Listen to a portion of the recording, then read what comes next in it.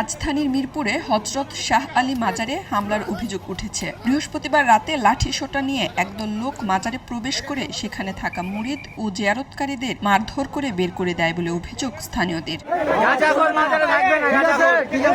সামাজিক যোগাযোগ মাধ্যমে ছড়িয়ে পড়া ভিডিওতে দেখা যায় কয়েকজন ব্যক্তি লাঠি দিয়ে মাজারে অবস্থানরত লোকজনকে মারধর করছে। স্থানীয়দের দাবি, রাতের দিকে ৭০ থেকে ৮০ জনের একটি দল মাজারে ঢুকে এই হামলা চালায়। তাদের হাতে লাঠি ও পাইপ ছিল বলেও জানান প্রত্যক্ষদর্শীরা। তবে পুলিশের দাবি, এটি কোনো হামলার ঘটনা নয়। শাহালী থানার ভারপ্রাপ্ত কর্মকর্তা জাহাঙ্গীর আলম বলেন, মাজারের পাশে কিছু বহিরাগত নারী পুরুষ মাদক সেবন করছিল। স্থানীয়রা তাদের বের করে দেয় এবং সেখানে মাদক বিরোধী অভিযান চালানো হয়।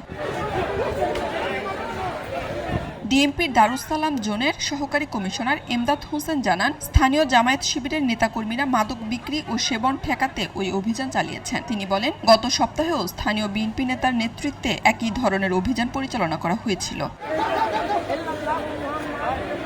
তবে সামাজিক যোগাযোগ মাধ্যমে ছড়িয়ে পড়া ভিডিওতে মারধরের দৃশ্য নিয়ে প্রশ্ন উঠছে। এ বিষয়ে পুলিশ বলছে, কেউ অভিযোগ করলে আইন অনুযায়ী ব্যবস্থা নেওয়া হবে।